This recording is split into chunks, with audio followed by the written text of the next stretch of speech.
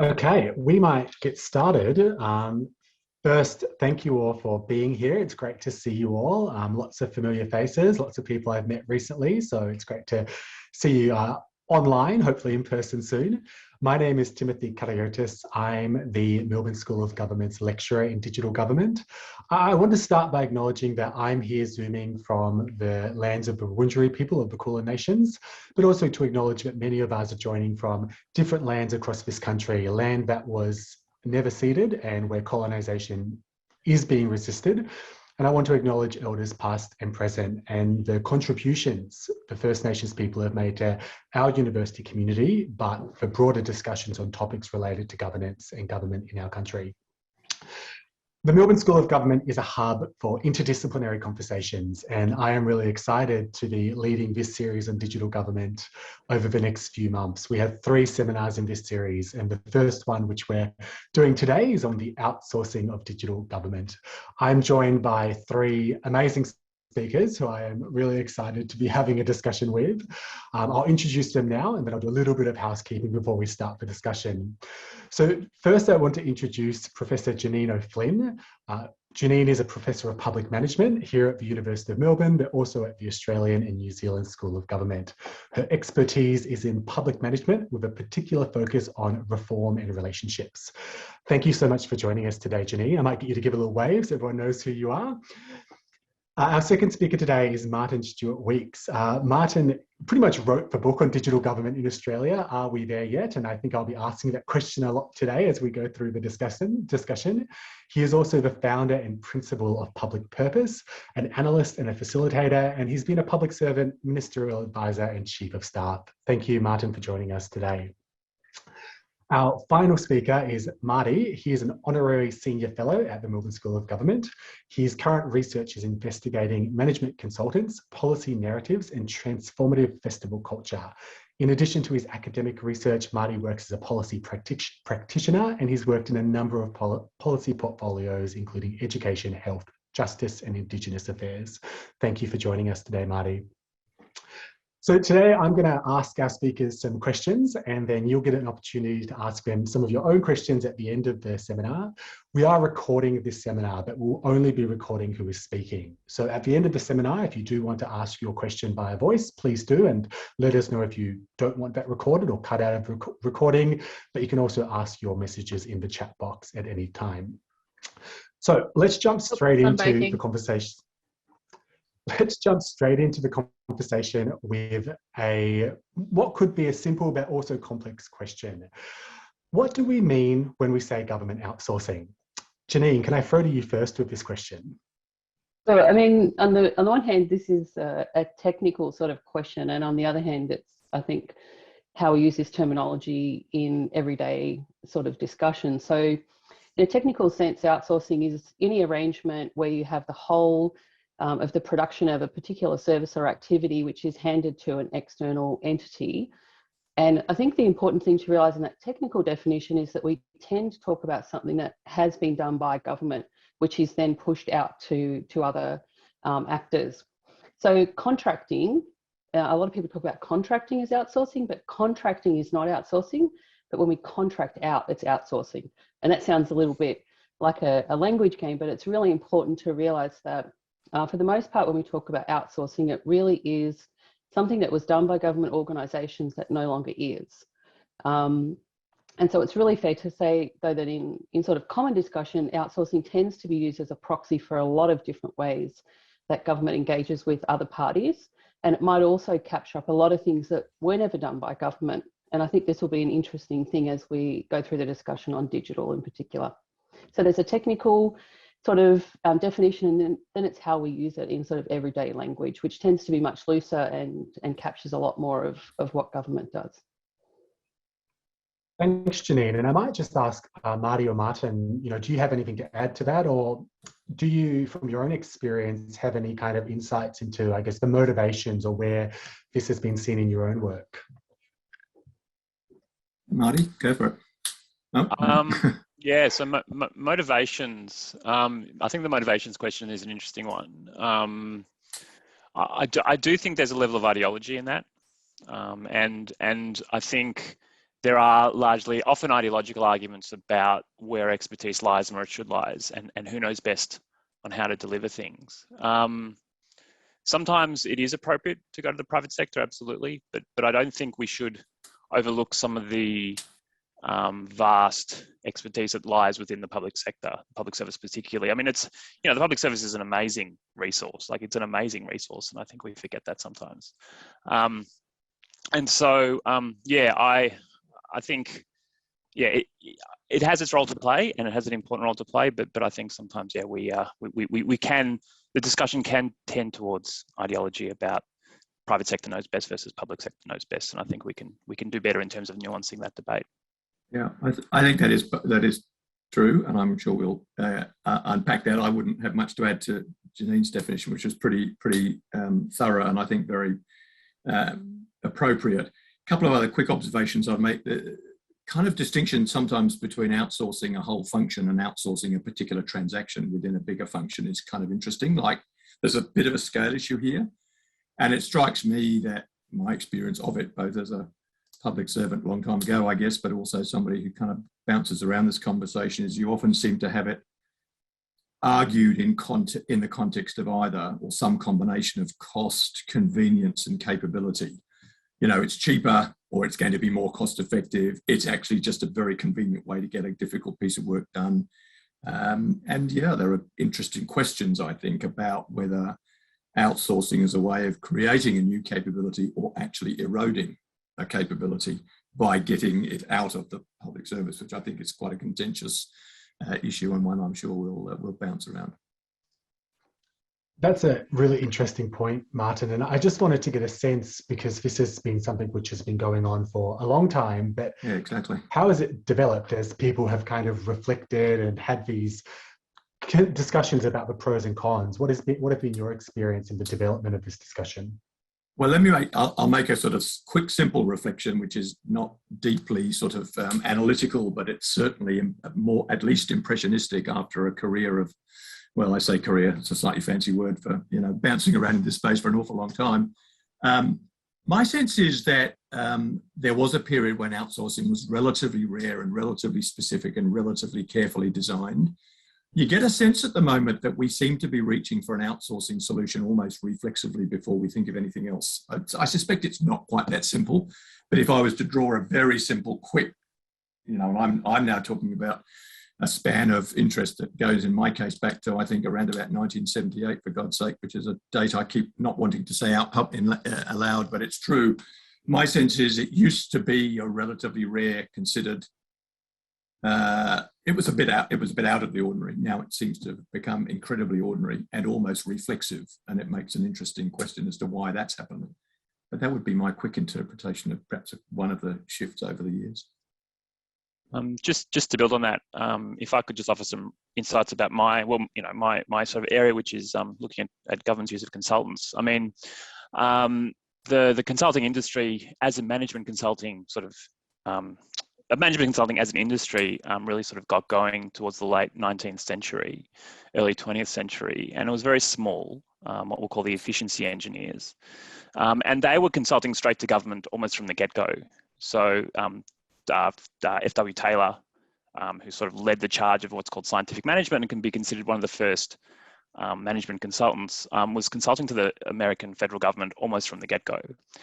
Very, very small, very, very focused, very, very specialized, but consulting really got a big shot in the arm in the 70s and 80s through what was called the new public management, where we decided that, well, the business knows best, private sector knows best, and we need to run our government like a business. And you know, there are some merits in that, but you know, that's a whole different discussion. I don't want to sort of go down that path, but you can actually chart these figures in terms of the rapid growth and acceleration of use of consultants during that time. So in the UK, between the early 90s to the early 2000s, over that sort of decade, we saw a 1,200% increase in the dollars spent on consultants.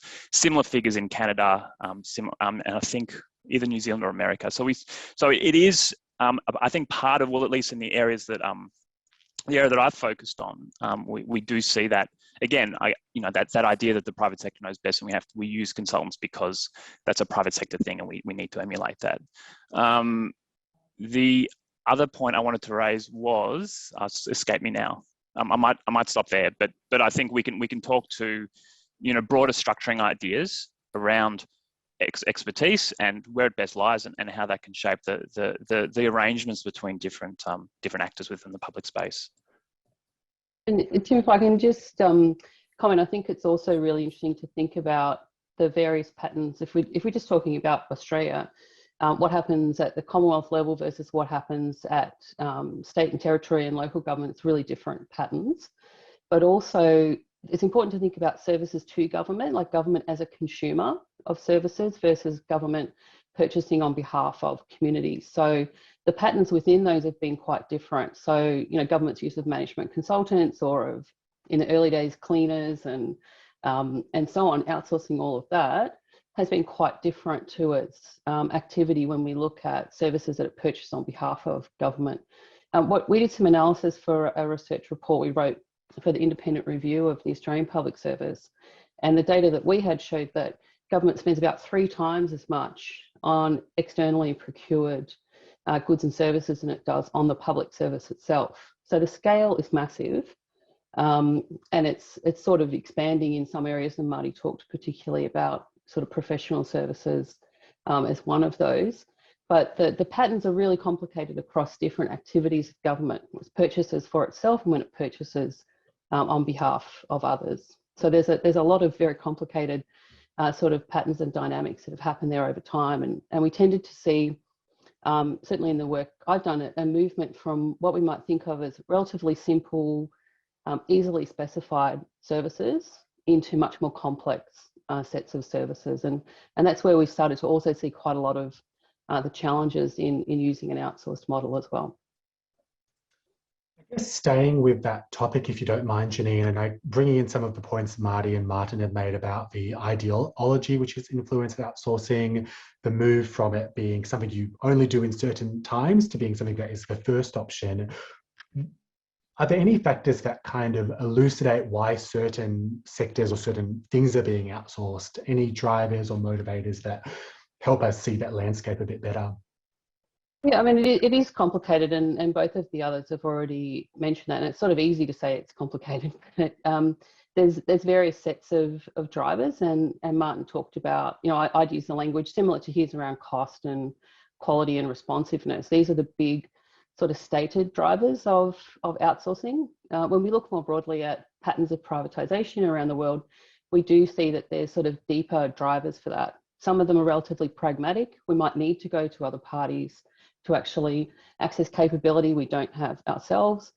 Some of it can be ideological, and Marty mentioned that as well. And some of it is also about rewarding interests that are close to government. And we've seen that pattern across the world in really different ways. So it can be sort of pragmatic or tactical or systemic. And each of those has its own sort of narrative about why we privatise and why we might outsource. And we saw that particularly if you look at experience, for example, in the UK, where we had a very stated ideological reason for privatisation and outsourcing of some areas of government activity, which was really to address issues of government's perception of issues of union sort of monopoly over government activity.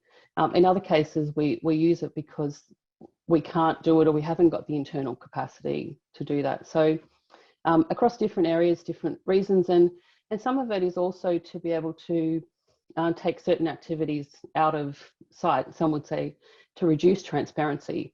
And the classic example in the Australian case in recent years has been the outsourcing of immigration detention, which has, I would argue, has done that as part of the outsourcing strategy. I guess staying on this concept of drivers, and I want to bring in the digital now. Increasingly, we are seeing government outsourcing the development and delivery of digital platforms, services, and solutions to the private sector. In my thinking, think of this as both wholesale outsourcing, such as vaccine booking platforms to firms like Microsoft, but also more small scale, such as the involvement of management consulting in the development of the COVID-safe application. in your experience, and I might go to Martin first, would you define information technology outsourcing as different to other types of outsourcing? How would you navigate that landscape? Yeah, it's a good question. And I'm going to choose a bit of a consultant's answer, I've got to say, and I'm going to say yes and no. So I think at one level, it's exactly the same. I think exactly the same sets of questions, potential implications that we've just spent, whatever it is, 14 and a half minutes unpacking, I think are absolutely at play in the technology space. That's the first observation I'd make. The second one is that I'd say no, it's different for a couple of reasons. One, I think, is, and it's a speculation that I'd be very happy to get others to comment on, and also people on the call and on the session, some of whom obviously I know are very engaged in this conversation. It does seem to me what's different about it is that outsourcing, at least elements of digital, is a little different in the sense that it's not about outsourcing, if you like, a function or using a tool to get a particular job done. The digital piece actually is the function of government in many cases. It's becoming such a core part of how we manage information, knowledge and engagement that when you outsource digitally, you are literally, you're talking about a very, very core part of the fabric of what it is to be doing government in the first place. So it seems to me, I don't know, outsourcing, yeah, maybe the building of a bridge or building schools or running a offshore detention process is outsourcing a particular function. When you outsource digitally, it's almost like you're outsourcing government itself, at least in some respects, because digital and information is such a foundational part of what it now means to be doing government in the first place.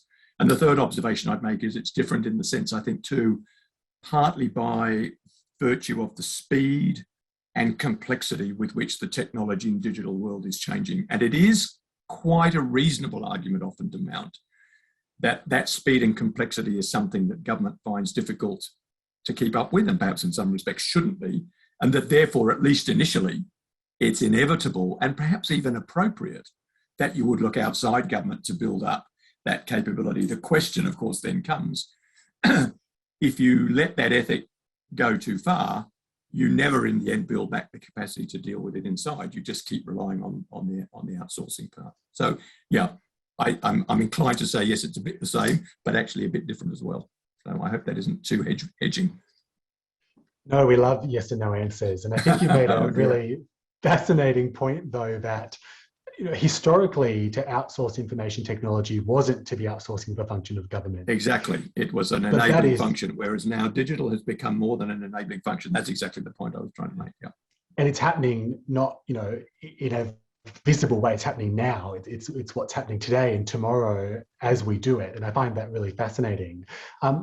Marty, can I maybe pass to you to continue this conversation if you have any additions? Yes. Can I give a yes, no to Martin's no? Yes. So I think that the conversation around core government function is a very muddy one. I think you're going to find a range of views on that particular issue. In America, looking at the American example, the government audit office has looked at this and they've written about 100 pages trying to suss it out. What is the actual core government function? I've heard other people say, services and service delivery regulation and policy really is in sort of a neat sort of frame. I'm not convinced that outsourcing digital is outsourcing core government work. I think digital is a tool, and you can find it across any of those things: policy, regulation, and service delivery.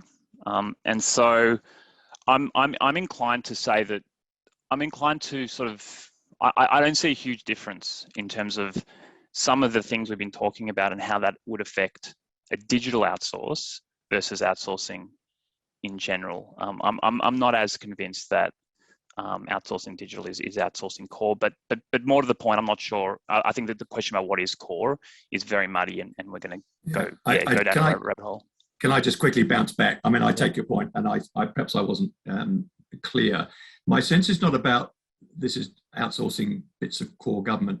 If we assume that the basis of government almost entirely is how it manages, controls and uses information and knowledge, And if we assume that in this day and age, that is a irreversibly and increasingly, in a blanket sense, a digital function, then that's the bit that it seems to me is different than perhaps it might have been, even 10 or 20 years ago. That's kind of what I was trying to get at, as opposed to actual core. I take your argument about the core function thing and what's core and what isn't. I completely agree with you. So perhaps that's the addition I'd make.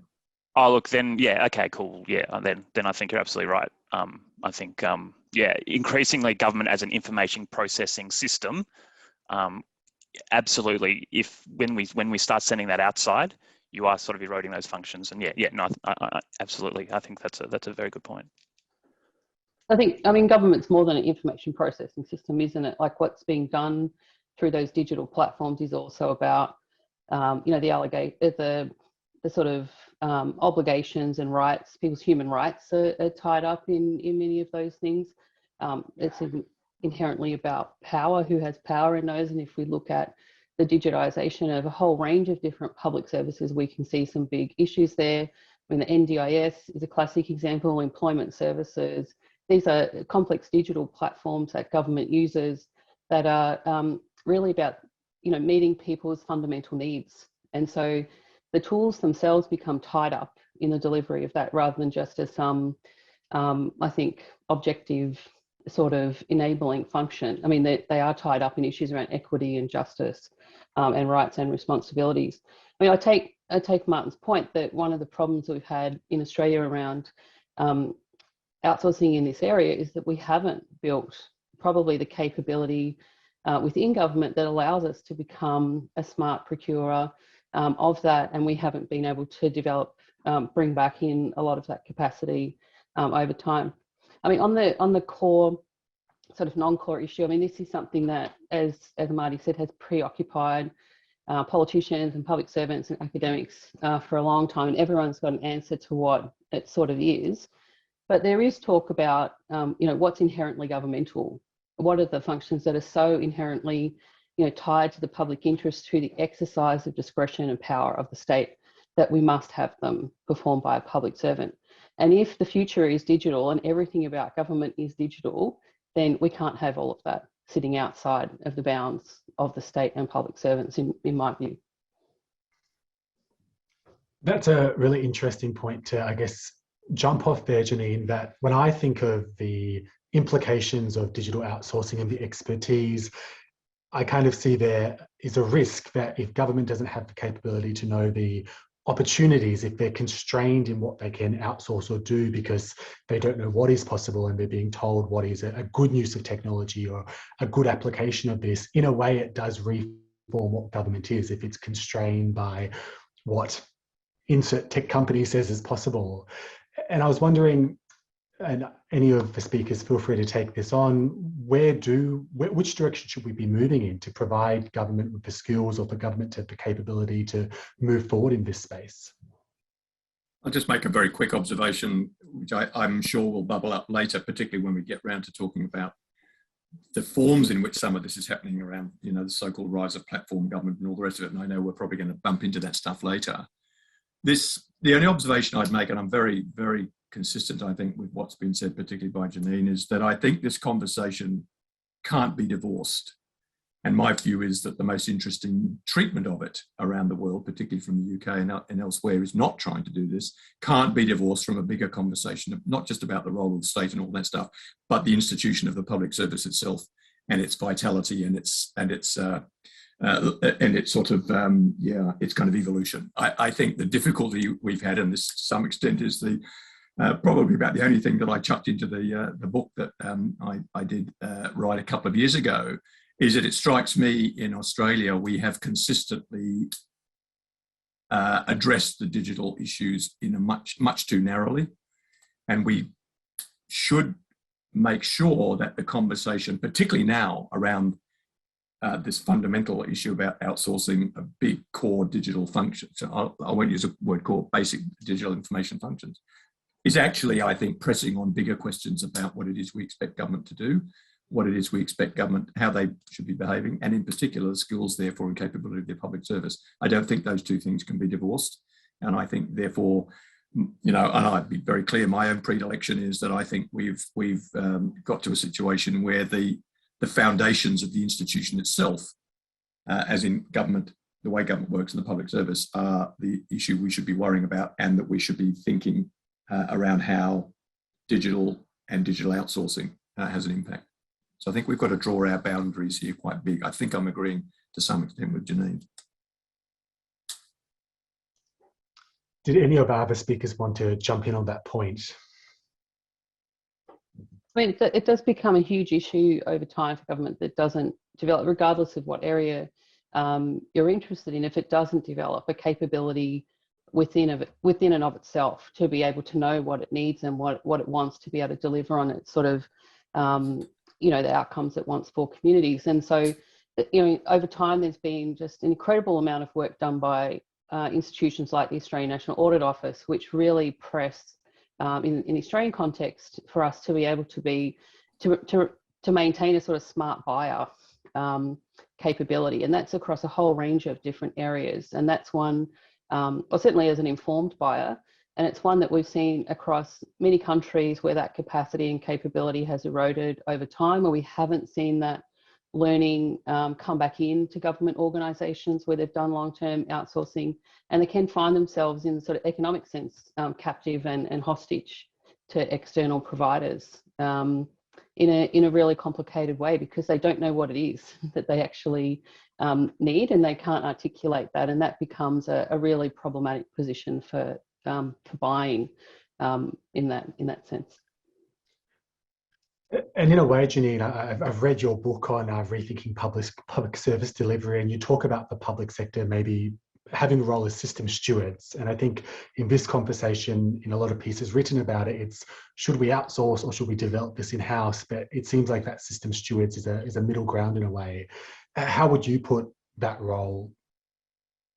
Yeah, I mean, it's interesting to go back just briefly to this issue about core and non-core. When we're invited to write the paper about to inform the APS independent review, the big question actually they asked us was to define what should and shouldn't be in the public service.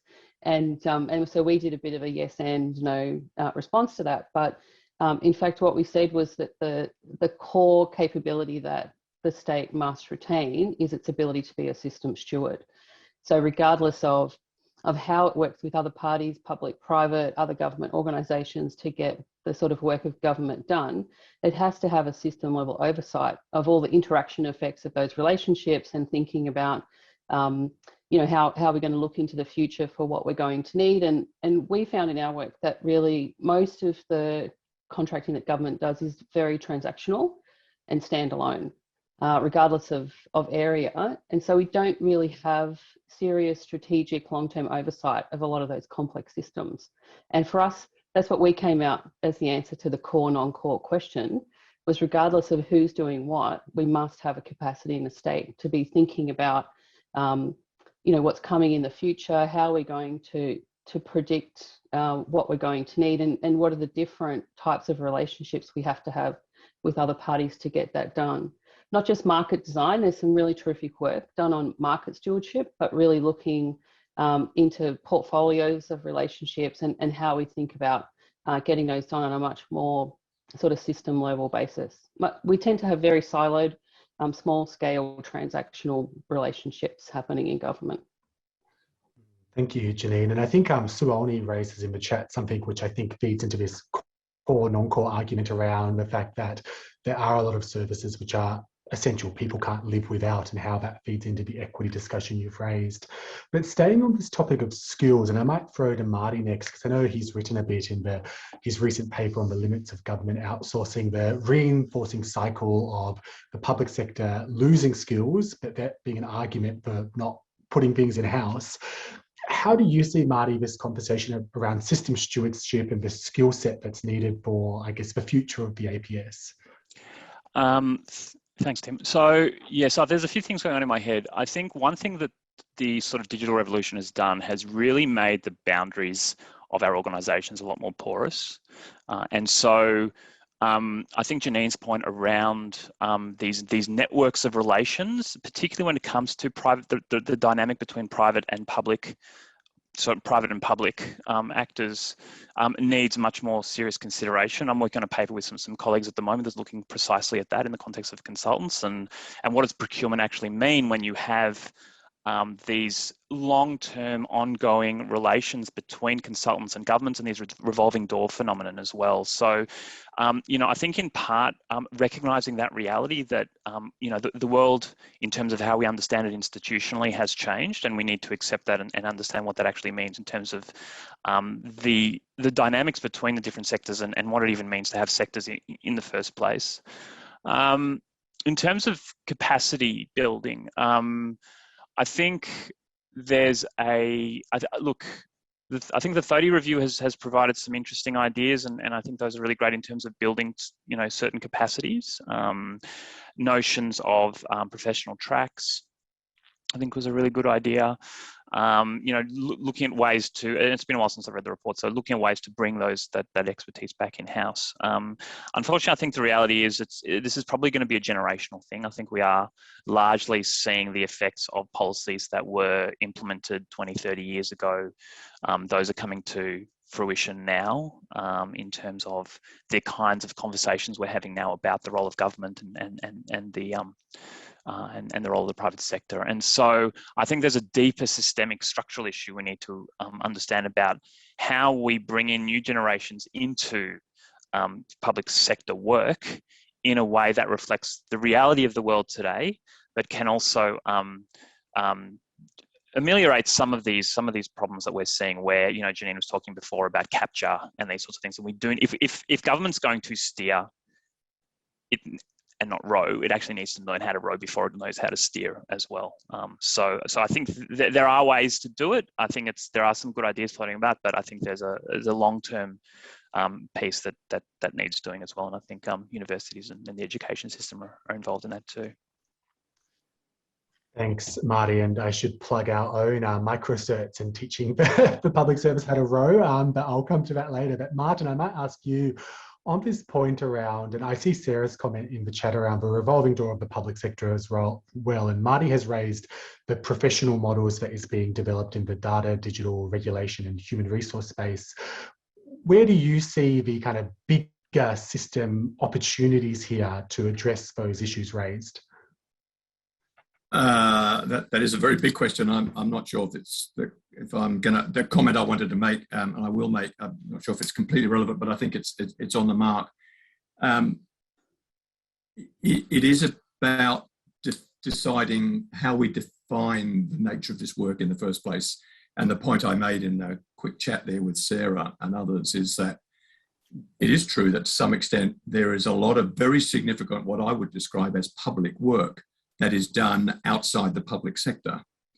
And I think increasingly we need to have a porous, I think was another word Marty just used, I think we do need to have a much more porous and eclectic sense about where skills, expertise, resources and capability is going to come from in order to do that kind of public work. And I think increasingly, the nature of the complex problems we're trying to solve and so on, the general sense is, no one's going to be able to fix that all on their own. So in some ways, we are in a world where multiple players and multiple sets of skills are needed. The question, it seems to me, is where, if that work then has to be done on the basis that whoever is, wherever the contributions are coming from, that they are capable, skilled, but also being held appropriately accountable in a very and particularly public way. And the notion that the work needs to be properly transparent and understood and held appropriately accountable, and can't have different accountability rules because it's being done off the books, as it were, I think that's where we start to get into a bit of a problem. As I say, I'm not quite sure if that's exactly where you were heading, but that's kind of roughly where I think we need to start thinking rather differently about this notion of who gets to do public work and on what terms and conditions. And I think that's increasingly true in the digital space. Can I just add to that very quickly? I think that's a really good point, because the breakdown between what is private and what is the split between what is public and what is private is getting looser and looser. I mean, particularly when you have a lot of for-purpose companies, social enterprises, governments doing private government business enterprises. It's becoming messier and messier, and I think we need to actually recognise that in how we design our systems. That's the only point I make. That's a great point. It is true.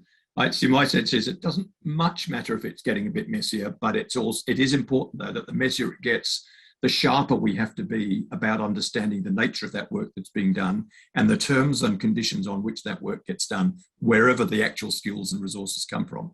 And that's the bit that I suspect doesn't happen with quite the same consistency and energy. We just allow some of this porousness, if I get this messiness, to go on. And it's kind of, oh, gee, it's getting a bit messy. And it seems to me that's exactly when we need to get rather firm and rather specific and a little bit clear about the nature of this now slightly more messy, slightly more porous, slightly more hybrid kind of way of working. I don't mind that too much. But there is something, and I'm going back to something Janine said a moment ago, there is something inherently important about what it is to be public. And if we don't hold all that work accountable to that kind of frame, then I think we are in danger perhaps of maybe gaining some things in relation to cost and convenience and all the rest of it, but actually losing some very important, both ethical as well as institutional issues that, in a sense, get rubbed out of the system. And I think we're not looking at that as much as we should, I think. On this point of, I guess, setting standards and ideas of success, one of the questions I was going to ask is about the public's perception of accountability. In my research on privacy, I still speak to people about the 2016 census, and they're still saying, oh, it's the government's fault. They never mention IBM.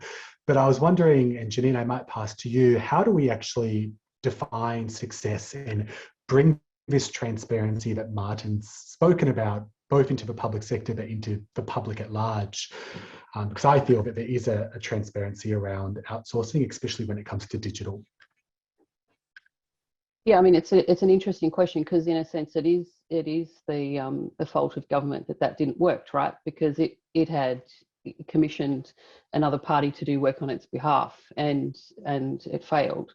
And so, of course, you can, as the saying goes, you can outsource tasks, but you can never outsource accountability or responsibility for that work. So, the buck will always stop with government in these things, as it rightly should, when it's expending large amounts of taxpayers' dollars, whether that's being done through bureaucratic organisation or whether it's being done through much more market-based mechanisms. So for me, I think it is a real challenge around issues of transparency and trust and accountability. And we've seen, I think, in different countries, better or worse sort of performance with that. I mean, one of the things that I've been reading about recently is the Danish sort of digital system, and they're regarded as one of the most digitized governments in the world.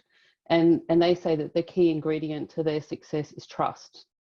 So they're not talking about who's got the most, coolest IT system or whether it's the latest thing coming out of, of the big sort of IT firms. But for them, it's all about trust and an engagement with the citizenry that allows them then to use that. They have an ID card. We'll probably never get there in Australia, but that allows them then to move fairly seamlessly across sectors, and people can access services provided by a whole range of different actors and so on. But they've got sort of an IT digital approach, which is trust-based, and it's something that's come up in the chat as well. And I think we're not there yet. So instead, we're pointing fingers at a government that failed.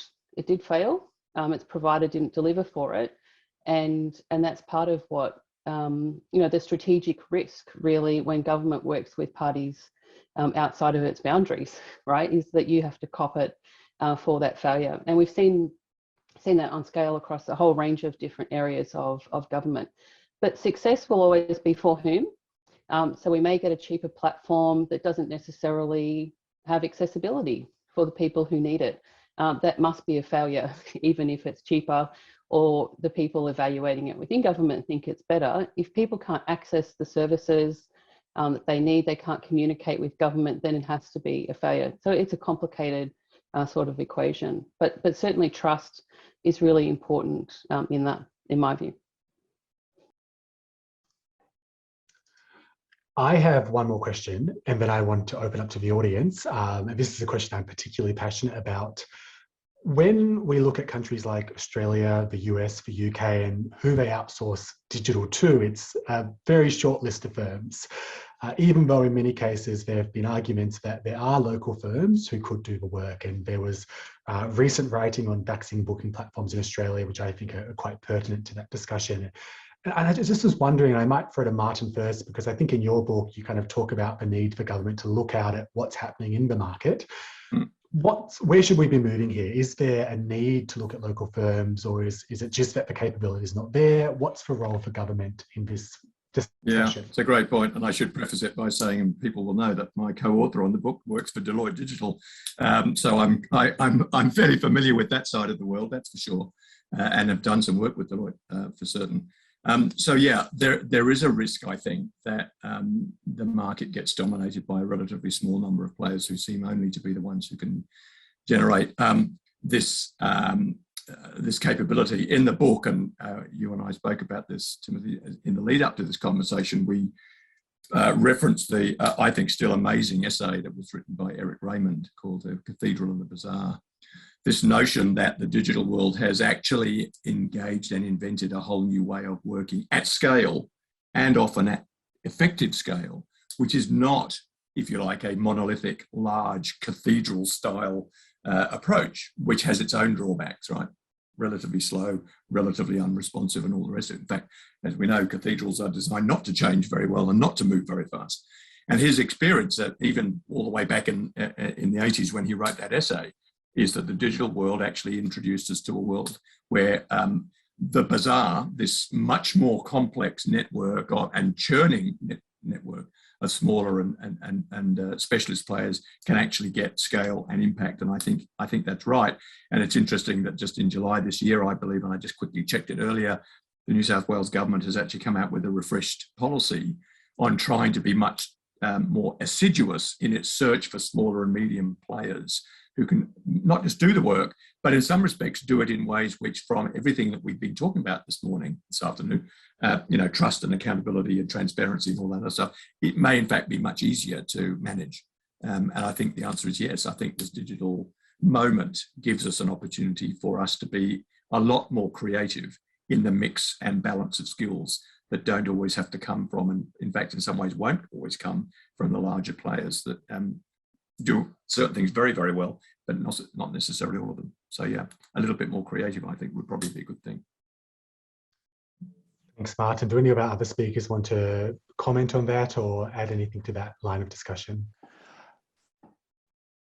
I mean, it's certainly been a... Oh, sorry, you go, Martin. Yeah, I just very quickly. I mean, for me, it's horses for courses. I do think there is a risk of entrenching those relationships and those knowledge, and not even a risk that that's been borne out, I think, in a lot of places. I think a canny public sector manager should know the inherent requirements of the task, and be able to select a firm based on that. And that can be as much about the skills of the individual people as it is about the institutional status of the organisation. So there are benefits in scale. I think larger, the PwCs and KPMGs can absorb risk and to a much larger degree than a smaller firm. But the trade-off is, you might not. There's an agility and a nimbleness that you might lose out on in terms of the smaller operators, and so I think part of the equation is is the needs of the work better served by a big firm that can churn through $1 million evaluation, or is a smaller operation going to be more useful? So I think that comes down, in part, it's a purchasing decision, as much as it is, the sort of the long-term and entrenched relationships that can evolve, that can happen. And I think it also goes to what the goal of government spending is, right? So in the work we did for the APS review and the years that we were looking at, and government spending around $100 billion a year purchasing goods and services, and it can use that massive spend to do many things. So it can use it very strategically to seed entire industries, and it does. It can use it to identify particular providers that it wants to buy from. It does that through, for example, its Indigenous procurement strategy. So there's no reason that the way that we purchase has to be locked into what's largely a competitive transactional model. And we can certainly use that purchasing power to do many things. In the IT outsourcing experience of the 1990s, a big part of that justification for that multi-billion-dollar spend was to fuel sort of the ecosystem of local providers. So government can do it, but it goes back to this point I think I wanted to make about system stewardship. It's not just about doing transactional purchasing, it's about looking at the system, it's about making sure that you're setting sort of the conditions for those providers and suppliers to emerge as well. It is also more costly to do business with lots and lots of providers. Yeah, so exactly right. so the transaction costs of that are pretty high. And we rarely sort of talk about that we tend to focus a lot more on value for money, like the actual purchase price, rather than the cost of managing relationships and the strategic cost of when things go bad. And that's something I think we need much more in our conversation as well. Yeah, it is a challenge, isn't it, when perhaps some of these issues are being decided not frankly on intrinsic merits or strategic impact, but frankly what's easy to procure and what public servants are willing to put up with in terms of the headache of actually managing the process. And sometimes big is just easier. And it's also probably true for some of their ministers too. Anyway, yeah, it's a great point. Thank you for those points. And I think in the School of Government's work, we have a whole body of work on social and sustainable procurement. And I think that cost versus broader potential for value is a conversation which will happen more and more as we see governments implement frameworks and those type of procurement models. I want to open up out to our audience for questions. If you'd like to ask a question to our panel, please raise your hand and I'll call on you, or feel free to post your question in the chat. Please go ahead, anyone who would like to ask a question.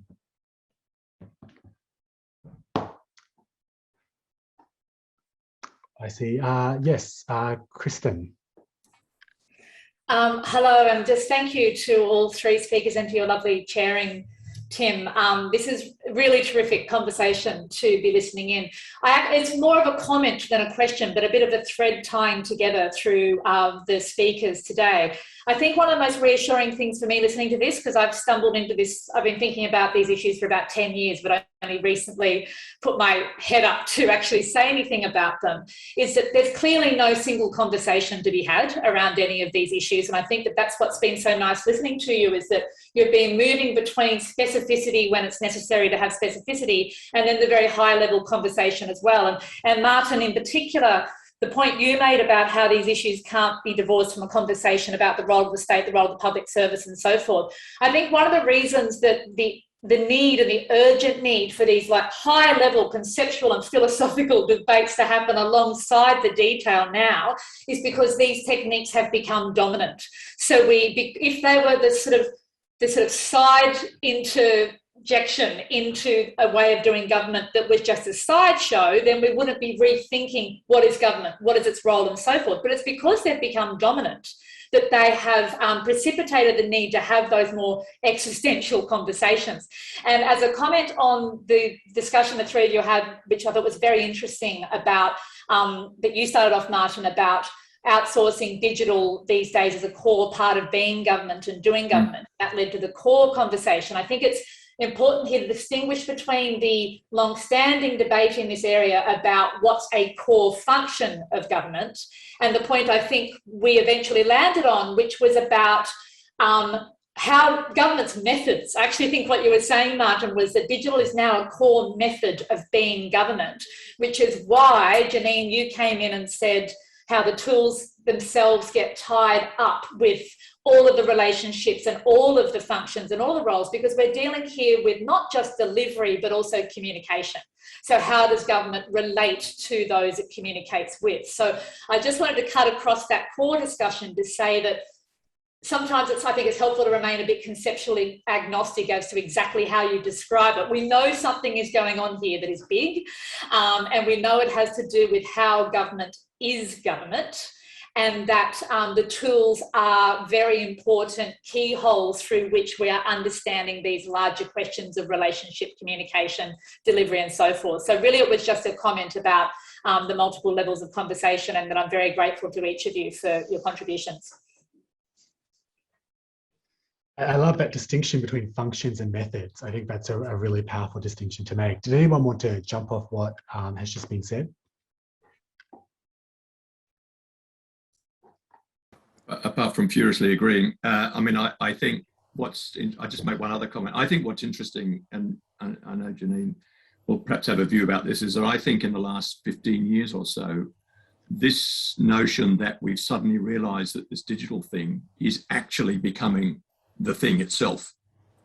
Government, the way government works, I'm not saying from what government does, there are a lot of things that government does, it regulates and does all things, but the digital stuff is now so central that I think it's almost taken people inside government a bit by surprise, and I just don't think we're having the conversation enough to recognise that's actually what's happening. So I'm just furiously agreeing, I think, with where. And there was a point in the chat, if I could just say, there was a point in the chat about how digital is not a bolt-on. Like, we're not dealing here. It's well beyond a tool. It's much more fundamentally transformative. And so however that is described, whether it's tool, method, core, whatever it might be, there was a lot of words jumping around, and they were all on point somehow. But I found in my own travels in this particular area that staying agnostic sometimes about exactly what the right conceptual vocabulary is, and just stay on what is it I'm trying to describe. Something is changing in front of me. What is it? And moving around that, there's really constructive discussions, and this was one of them. So I just wanted to express my gratitude for that. I might ask Ash now to ask his question. I think we need to have 100 more discussions after this, because there's so many things to pull out from this. But Ash, please go ahead and ask your question. Thanks, Tim.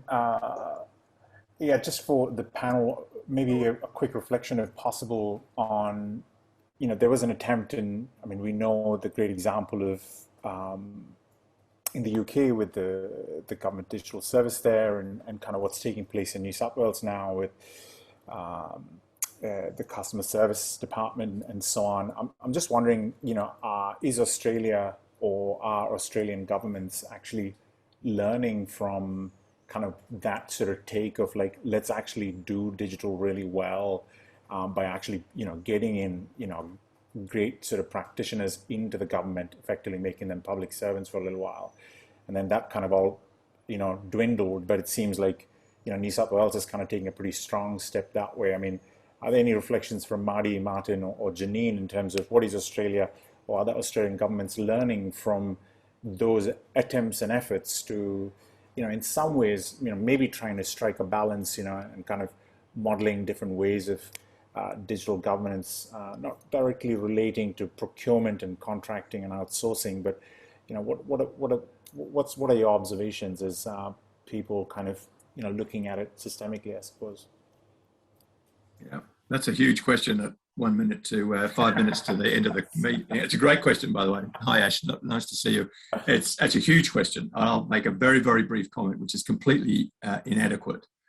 My only observation would be, and it's the politest way I have of putting this, is that I think government and the public service is in a very big state of transition about quite how to manage that dynamic, which means that sometimes I think they do it quite well and sometimes they do it really, really badly. And I think the experience of, the government digital service in the UK, to some extent DTA here or DTO and all the other things, I think it's very mixed. I think I could find some really good examples, and I could find some pretty crap examples, frankly, where the public service as an institution has not worked out how to do that kind of systemic flow. That would be my it's a very quick comment on a very, very big issue, but it's a great one to raise. I mean, I think the evidence, if you look at sort of across a whole range of areas, not just digital, is that we're not so great at learning, actually. And what we tend to find when we did the work, certainly on the broader issue of commissioning and contracting, was that there's just, year after year after year, even just looking at something like an analysis of the ANAO reports and recommendations, that the same problems just keep coming up. And I don't think digital will be immune from that, and there's no reason to expect it will be. And there's a lack of learning and building that into the system. And I think, to me, that takes us to this point again that I've made a couple of times, which is really that the core role of government in this area is really about being a system steward and being able to bring some order to that, even if it's not, a direct provider of a range of things, or even if it brings together, has people moving in and out doing work on digital. And I think without that, we will never capture those learnings and lessons and build them into the way that we work. And we also do things really different than some of those countries. The US, the president just rings up people and says, hey, just walk away from your job in Silicon Valley and come and hang out here with me for a couple of years. And most people do that if they get the call, right? It's very hard to say no to a president. But we don't tend to do that in a way that allows for that movement in a much more natural way. Thank you for those responses, and thank you for those questions. I'm aware of the fact we only have 2 minutes, so I do want to kind of finish the seminar by asking each of our speakers to maybe in 1 or 2 sentences give us their key insight they've taken away from this conversation, or the key thing they want to, topic they want to continue the conversation on. Marty, I might put you on the spot and pass to you first. That's okay. I just think the way in which the digital disruption has reshaped all our lives, and particularly government, is just like, we're only at the start of it. Like this thing is going to grow, and it's going to grow exponentially. We see Facebook becoming metaverse, and we're going to be uploading our brains into the cloud and living digitally in 30 years because we have an uninhabitable planet. I don't know, but it's just a fascinating time, and I think there's a Chinese proverb, I think, make it live in interesting times, and I think we're there. So that's all I'll say. So can I just quickly jump in? I'll leave Janine to have the last word, which I think would be very appropriate. The most important insight I had today was you've got to learn to row before you know how to steer. This is a very powerful principle that we would do well to chase all the way through this conversation. And I suspect we would find a lot of what we do in this space wanting. A lot of it. It has really struck me very substantially. So luckily, like all good roundtables, although I'm here speaking, I've actually got a hell of a lot more out of it than I suspect I've chubbed in, but that's been terrific. I totally agree with Marty. Very early days yet. I'm a huge optimist. We are going to work this out, and it will be totally messy, and some of it will be just total crap, and some of it will be astonishingly brilliant, and we'll hopefully get more of the latter, a little bit less of the former. But don't expect it to be neat and tidy, but we are on the track. I've just put in the chat the work from Richard Pope around what he's now calling platform land. Go and have a look at his work. It's some of the most thoughtful and practical and pragmatic, but at the same time, deeply philosophical reflections on what this debate is doing to government. It's really brilliant. And it's been a great conversation. I've thoroughly enjoyed it. Thank you. Thank you, Tim. I always do like to have the last word, so that's quite good. You know me too well, Martin. But I suppose for me, it raised that many of the debates that we're having now are debates we've been having for a long time, regardless of whether it's digital or whatever, that these come back to questions about the role of the state and how we get things done. And this is an enduring question which will be with us, for the future. But the thing that struck me, I wrote a little note to myself, is digital government or is government digital? These are entirely different ways of thinking about what government does, whether digital is just a tool that we use or whether we're saying that we're undergoing some massive transformation. I've also been around long enough to hear about massive transformations quite a lot. And so as a Generation X person, I'm inherently cynical about the massive transformation, but I will watch, of course, to see everything that's going on in the public management world. So for me, it's that, is digital government or is government digital, is my big takeaway. And thank you. Thank you, Janine. Thank you, Martin. And thank you, Marty. I feel like I've learned so much from this discussion, and I just want to say thank you for everyone for coming and joining the discussion. We can't have a discussion without you all as well, so it's been really valuable to have you here. Few things to leave you with. We have 2 more seminars in this series. On the 23rd of November, we have 4 experts in design joining us to talk about the role of design science in government. And on the 1st of December, at a really crisp 10 a.m, we have Professor Beth Novick from GovLab in New York joining us, and Holly Ransom, one of our honorary fellows, to talk about public innovation and the engagement of the public in this discussion around digital government. There'll also be an opportunity at the end of that seminar for networking and knowledge sharing. And I think something I've taken away from today's discussion is that there's an opportunity for learning and knowledge generation, so that we don't learn just from our successes, but we also learn from our mistakes. If you want to continue the conversation, I've posted a link to our LinkedIn group in the chat, which you're welcome to join.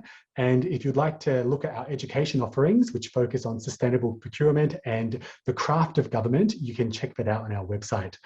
Thank you for joining. There will be a recording of this posted on our website, and hopefully we can continue the conversation on the 23rd of November at our next seminar. Have a great day, everyone.